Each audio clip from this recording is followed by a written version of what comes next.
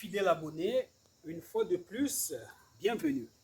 Aujourd'hui, je veux répondre encore à la préoccupation de plusieurs femmes.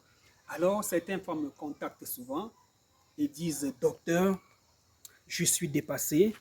Quand mon mari éjacule dans moi, le sperme ressort le tout. Je ne sais plus quoi faire. Docteur, est-ce que dans ces conditions, je peux tomber enceinte?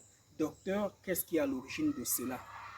Madame, le sperme qui ressort peut constituer un problème. Un problème si, dès que le mari éjacule, il se retire et tout le sperme est ressorti. Là, c'est un gros souci. Alors, on va d'abord commencer par regarder du côté de monsieur.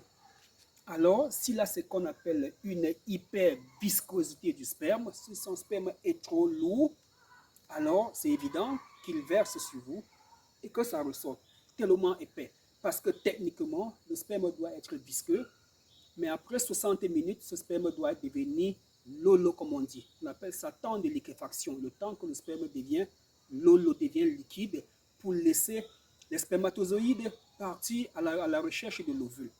1.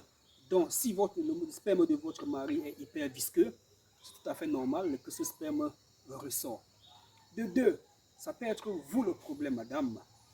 Le pH de votre appareil, de votre vagin, a un souci déséquilibré.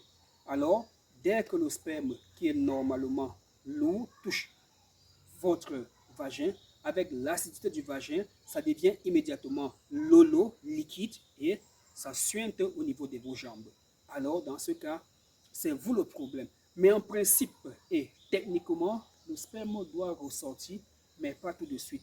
Parce que ce n'est pas le sperme, le liquide que nous connaissons, qui fait l'enfant, mais les spermatozoïdes qui sont à l'intérieur du sperme. D'accord? Voilà, donc c'est évident qu'après des heures, qu'on se lève et qu'on sent comment ça coule. Mais si ça coule immédiatement là, ce n'est pas un problème. Voyez-vous, dans une goutte de sperme, on trouve des millions de spermatozoïdes. Donc si on perd des gouttes de sperme, on peut aussi perdre des spermatozoïdes.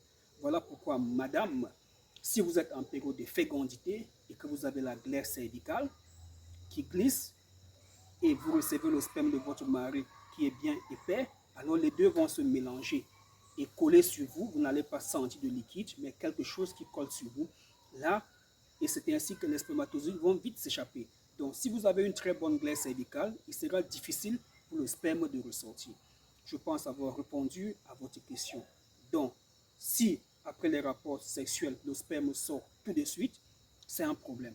Si c'est après des heures que ça suinte sur votre cuisse, ce n'est pas un problème. Si vous êtes à une période de fécondité et que vous avez cette glaire cervicale abondante, alors il sera difficile pour ce sperme de sortir parce que ce sperme va se mélanger à la glaire cervicale, il va coller sur vous, les spermatozoïdes seront heureux et vont partir à la recherche de l'ovule pour la fécondation.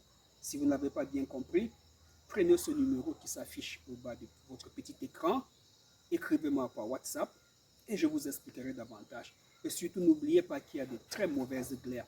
Il y a des glaires exagérément épais, mélangées aux pertes blanches.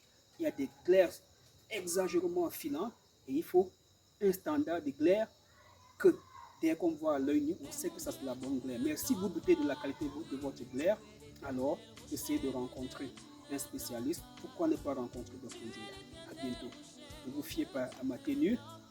Je suis au village depuis ce matin et je fais beaucoup de vidéos parce que j'ai eu un petit temps libre. Merci et à bientôt.